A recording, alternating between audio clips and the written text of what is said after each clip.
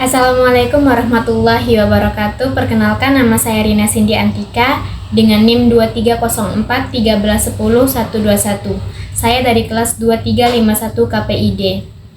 Pada mata kuliah komunikasi interpersonal ini, pada kesempatan kali ini saya akan menyampaikan analisis pada podcast tentang drama politik yang terjadi selama proses pencalonan di Pilkada 2024 dalam akun YouTube Najwa Shihab.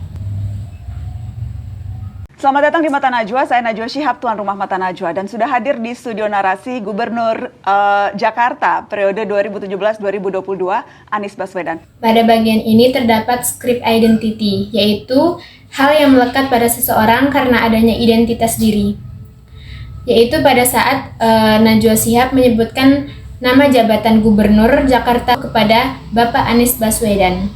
Mas Anies, terima kasih sudah hadir ke narasi. Terima kasih sudah diundang kembali ke sini. Yes, Mas Anies, saya mau langsung to the point. Anda disebut belakangan ini ramai karena dua hal. Yang pertama, ramai disebut akan maju lagi di Jakarta lewat PDI Perjuangan.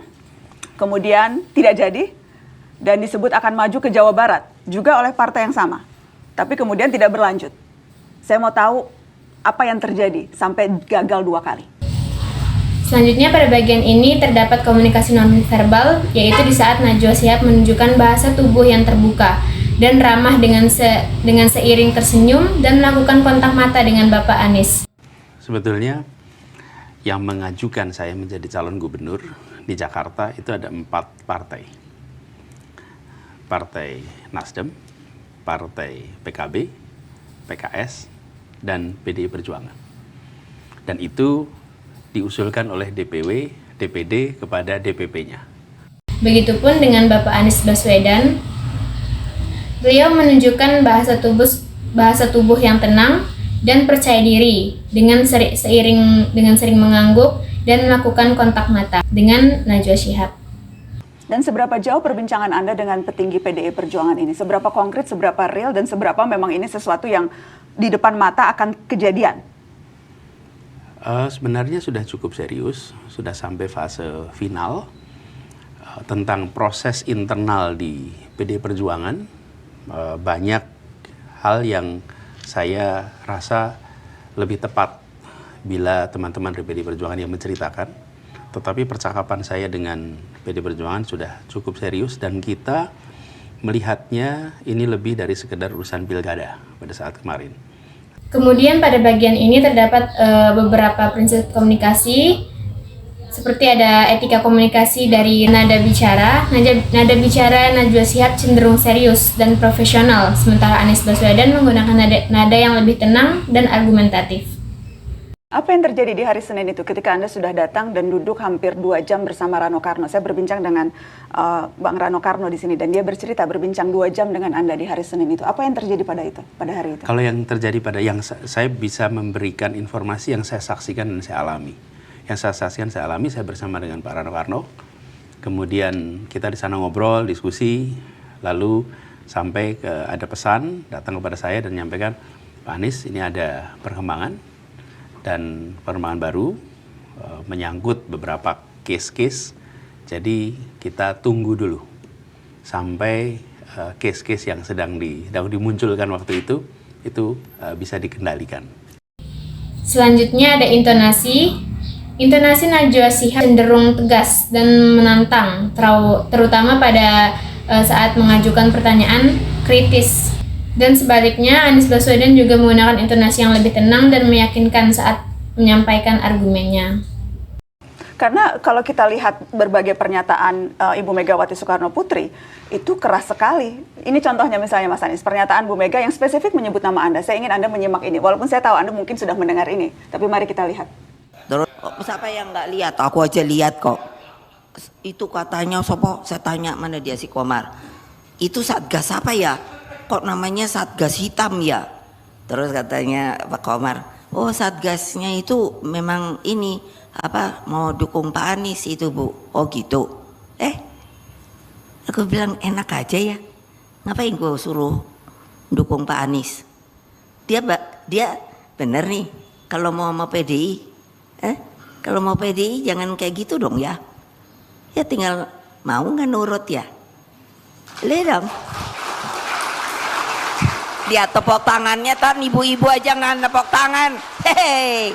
Pada bagian ini terdapat model transaksional, yaitu interaksi dua arah. Meskipun model linear dapat digunakan untuk memahami beberapa aspek, komunikasi dalam podcast ini lebih kompleks dan melibatkan interaksi dua arah antara Najwa Shihab, Anies Baswedan, Ibu Megawati, dan audiens. Audiens juga memberikan umpan balik melalui komentar dari interaksi Ibu Megawati. Umpan balik dari audiens dapat mempengaruhi arah diskusi dan respon dari narasumber. Ini menunjukkan bahwa komunikasi dalam podcast ini tidak hanya satu arah, tetapi melibatkan pertukaran pesan yang dinamis.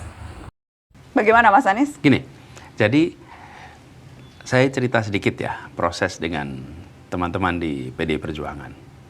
Bulan Mei yang lalu, Ketua DPD PDI Perjuangan itu menyampaikan keputusan dari DPD DKI Jakarta untuk mengusung Anies Baswedan. Jadi keputusan itu bukan saya diajak bicara, bahkan saya sampaikan pada Pak Amin rasa hormat. Kenapa? Karena ketika beliau jumpa saya itu bukan mengajak Pak Anies, saya ingin ngobrol ya, gimana kalau saya mengusulkan Pak Anies? Enggak. Dia menyampaikan, Pak Anies, kami sudah memutuskan. Dan keputusan kami adalah Pak Anies sebagai calon dari PDI Perjuangan. Saya bilang, wah ini sesuatu yang saya tidak pernah bayangkan. Sudah, dan kita sepakati semuanya. Kami usulkan kepada DPP. Informasi aja dari beliau kepada saya. Jadi ketika ada pembicaraan dengan teman-teman di DPP PDI Perjuangan, itu bukan kemudian saya dan DPP ngobrol. Ini karena ada keputusan dari DPD PDI Perjuangan Jakarta.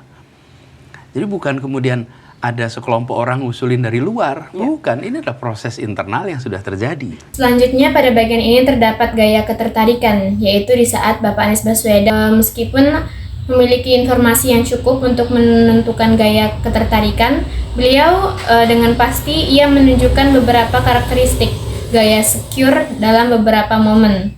Ia tampak percaya diri dan dalam penyampaian argumennya, terbuka terhadap pertanyaan, dan berusaha untuk memberikan penjelasan yang detail.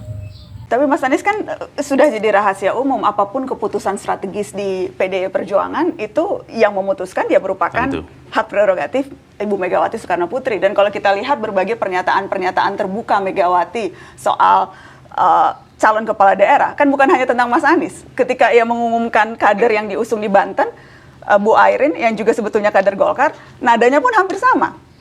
Harus kesan yang didapat adalah siapapun yang diusung oleh partai ini itu harus kader.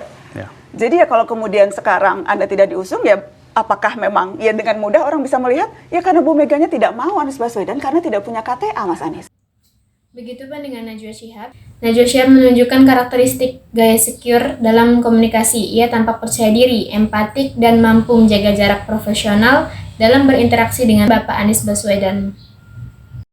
Sekian analisis dari saya Rina Cindy Antika, pamit undur diri. Wassalamualaikum warahmatullahi wabarakatuh.